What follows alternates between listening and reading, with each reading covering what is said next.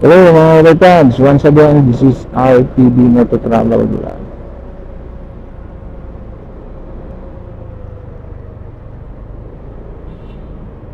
Ay mga kapatid, titingnan natin dito itong ginagawang bagong construction naman na nagpunan sa atin.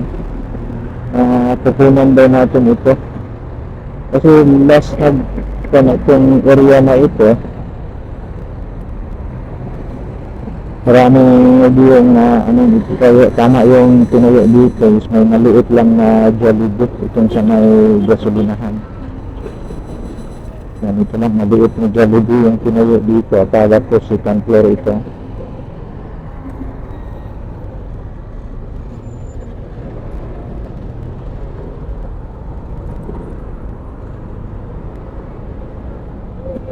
Ayun, dito na naman mga kabarkats, oh.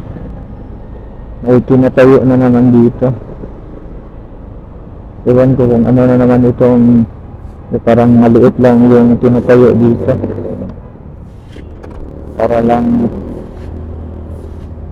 yung mga bakal lang. Ber, ito ko dia, Ber. Ha? Dili mga commercial lang kana din tahanan. Abi na ko ng kuha na pod ba? Condominium. Commercial building na dito. Dili ito katong grocery. Tong commercial daw. Para gyapon sa una. Barang second floor lang nila.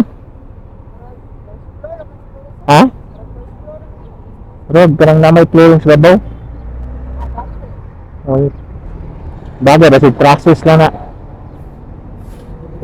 Ada na kong condominium na ito ko dire. Ada na kong condominium na po ba? Kaya mo radio ay?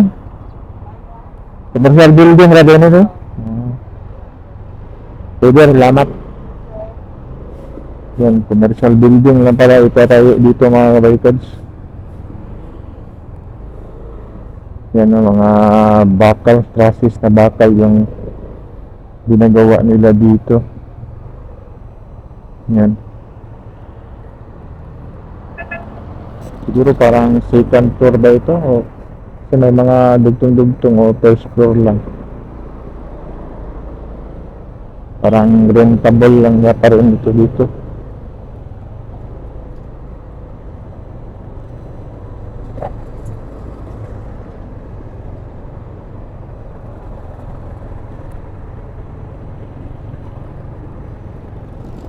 Kasi maraming nagpan sa atin dito is ano daw yung itatayo dito na side. Yan o, mas taas din ito.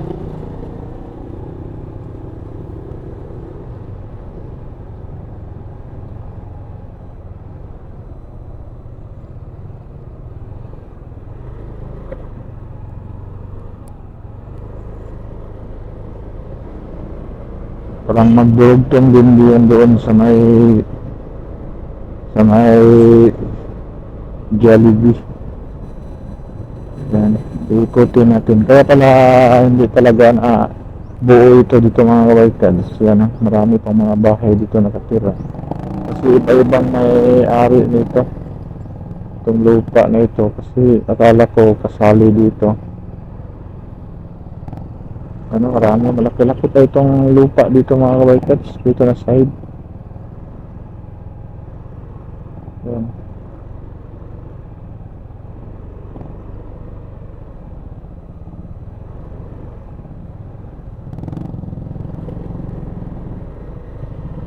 Yan, dito na yung Jollibee. Yan, ito yung Jollibee na tinatayo dito na nagbukas na. Yan. Tapos itong katabi niya is isang commercial lang pala na building, sabi ni auntie doon, yung sidewalk vendor.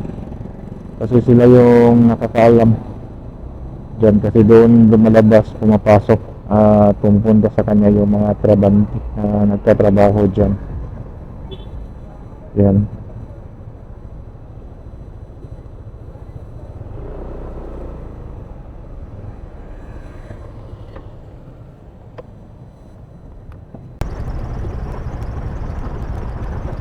Yan, Euro Tower. Tanong utos dyan sa baba mga ka-bike kasi may nagtatanong sa atin na ano ba yung pinatayo dyan sa harap, tapos na yung Jollibee. Ngayon may pinatayo na naman na mga steelworks dyan. Doon sa natanong natin is parang commercial building lang daw yan dyan.